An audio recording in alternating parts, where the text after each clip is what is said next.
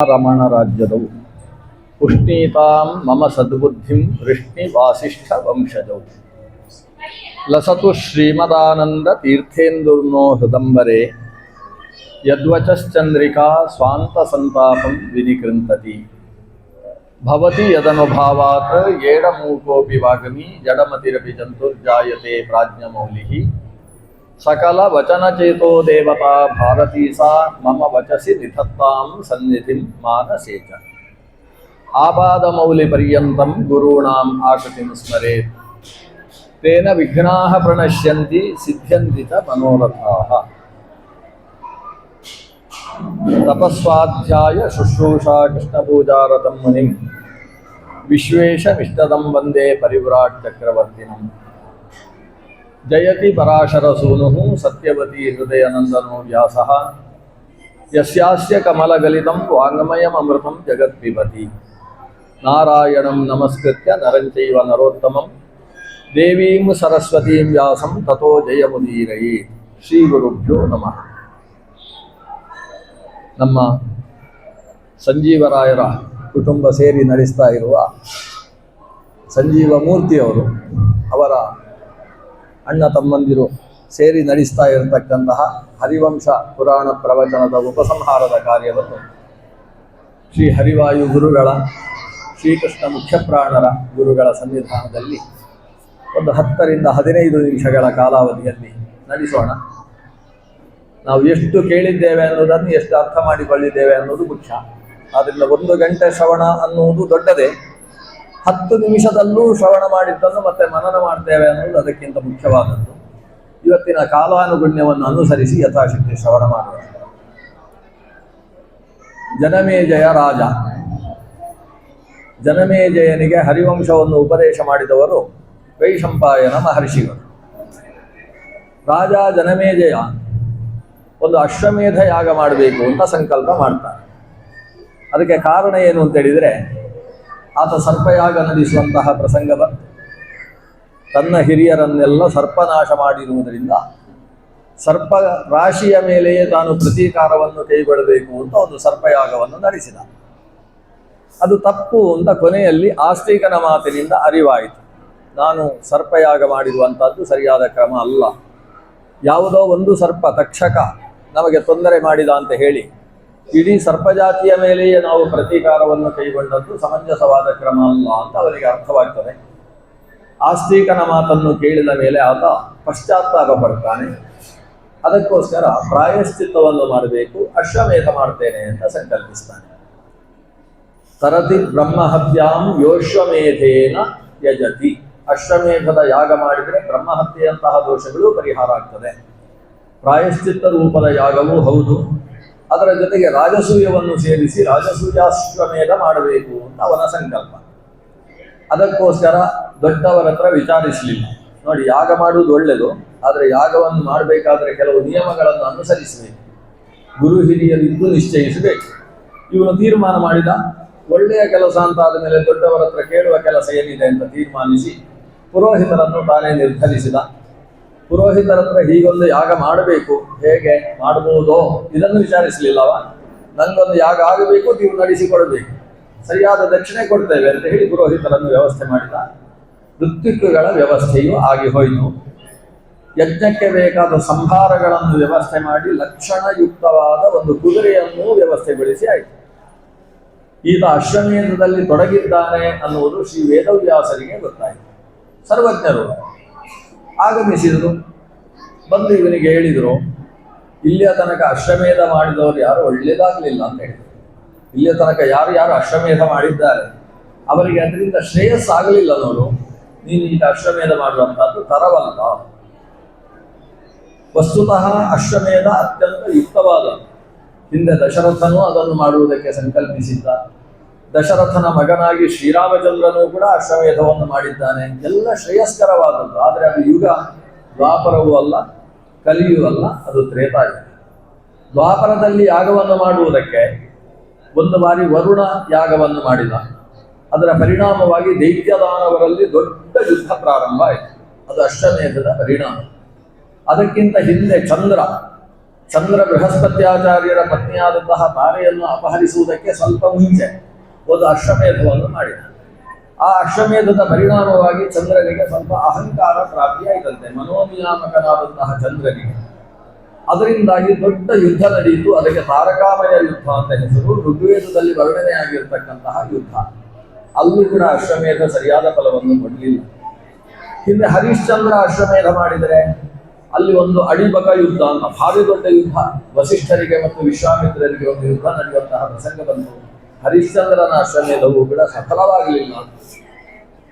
ಯಾಕೆ? ಮೊನ್ನೆ ನಡೆಸಿದ್ದಾನೆ ಧರ್ಮರಾಜ, ರಾಜಸೂಯಾಶ್ವಮೇಧವನ್ನು ನಡೆಸಿದ್ದಾನೆ.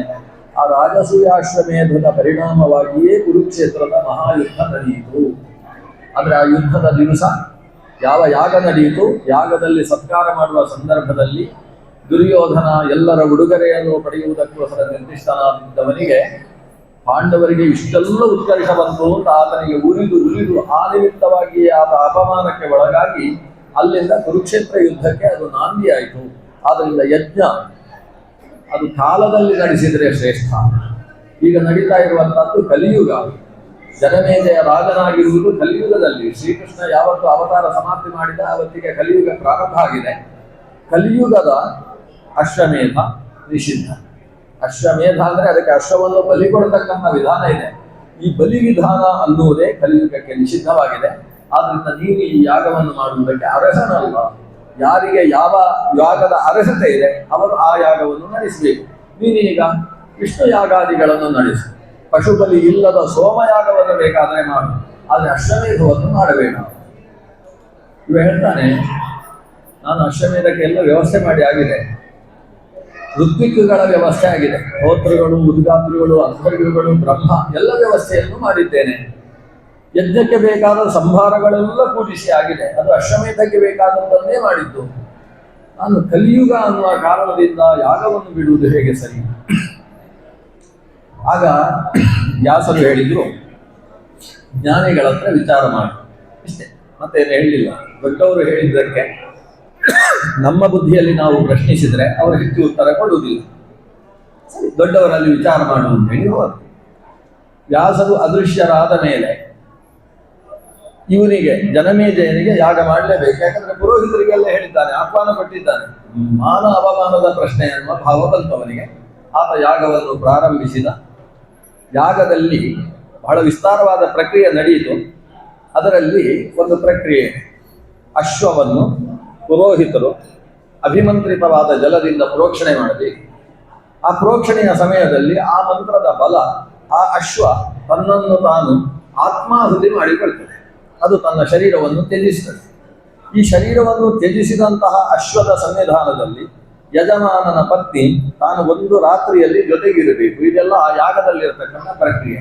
ಆದ್ರಿಂದಲೇ ಕಲಿಯುಗದಲ್ಲಿ ಬೇಡ ಅಂತ ಹೇಳ್ತಾ ಇದ್ದಾರೆ. ಯಾಕಂದ್ರೆ ಅದರ ಹಿನ್ನೆಲೆಯಲ್ಲಿ ಏನೇನು ಅನುಸಂಧಾನಗಳಿದ್ದಾವೆ, ಎಷ್ಟು ದೊಡ್ಡ ವಿಚಾರಗಳಿದ್ದಾವೆ, ಅದೆಲ್ಲ ಸಾಮಾನ್ಯ ಜನತೆಗೆ ಎಷ್ಟು ಕೆಟ್ಟ ಆಚಾರ ಇದು ಸರಿ ಇಲ್ಲ ಅನ್ನುವ ಭಾವ ಬರ್ತದೆ. ಅಂಥ ಯಾಗ ಇದರಲ್ಲಿ ಇದೇ ಕ್ರಮವನ್ನು ಅನುಷ್ಠಾನ ಮಾಡಿಸಿತು ಪುರೋಹಿತರು. ಆದರೆ ಅಲ್ಲಿ ಒಂದು ಅನಾಹುತ ಘಟಿಸಿ ಹೋಯಿತು. ಏನಂದ್ರೆ, ಆ ಯಜ್ಞದ ಕುದುರೆ ಪ್ರೋಕ್ಷಣೆಯಿಂದಾಗಿ ಮೃತವಾದದ್ದು ಇದ್ದಕ್ಕಿದ್ದ ಹಾಗೆ ಅದಕ್ಕೆ ಶಕ್ತಿ ಬಂದು ಅದು ಈ ರಾಜನ ಪತ್ನಿ, ಆಕೆಗೆ ವಪುಷ್ಟಮೆ ಅಂತ ಹೆಸರು, ಆ ವಪುಷ್ಟಮೆಯ ಮೇಲೆ ಆಕ್ರಮಣವನ್ನು ಮಾಡಿ ರಾಜ ನೋಡ್ತಾ ಇರುವ ಹಾಗೆ ಏನೇನೋ ಅನಾಚಾರಗಳು ನಡೆದು ಹೋದವು. ಇದರಿಂದ ರಾಜನಿಗೆ ಮಹಾ ಸಿಟ್ಟು ಬಂತು. ಯಾರ ಮೇಲೆ ಅಂದರೆ ಪುರೋಹಿತರ ಮೇಲೆ.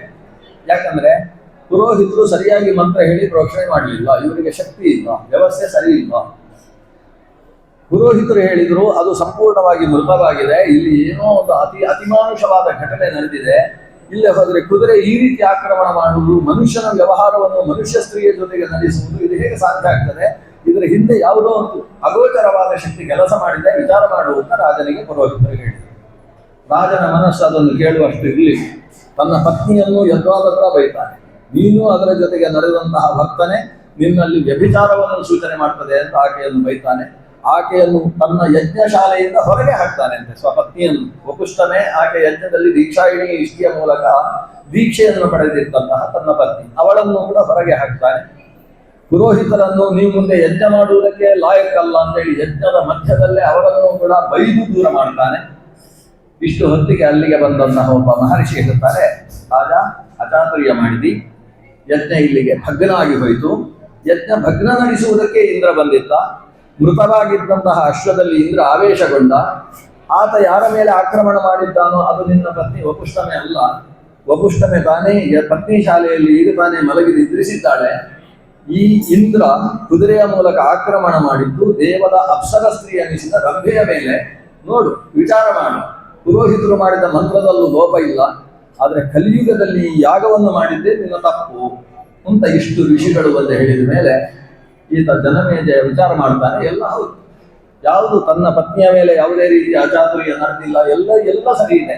ಕಂಡ ವಿಷಯವನ್ನು ಪರಾಮರಿಸಿ ನೋಡದೆ ರಾಜವನ್ನು ತಪ್ಪು ಮಾಡಿದ.